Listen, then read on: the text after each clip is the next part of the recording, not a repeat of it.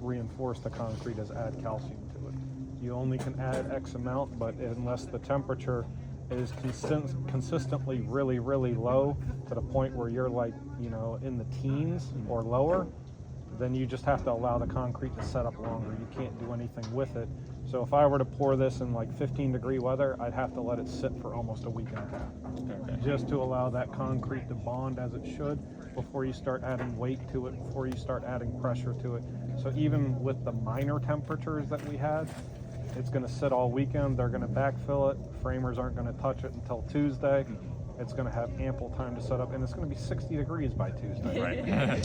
It's North Carolina. This is North Carolina.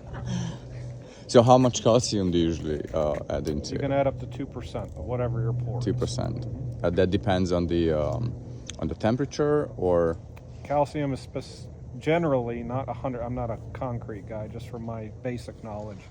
2% is based on 2% of the entire pour. So outside of that, I mean, it really has to do with temperature. During our hot months, we don't add any calcium to anything because the concrete is typically setting up so quickly. We're adding water to help it not set up too quickly. right? And I heard someone once said that there are two types of concretes: one that's cracked, one it hasn't cracked yet. Yep. He's heard the saying before. Yep.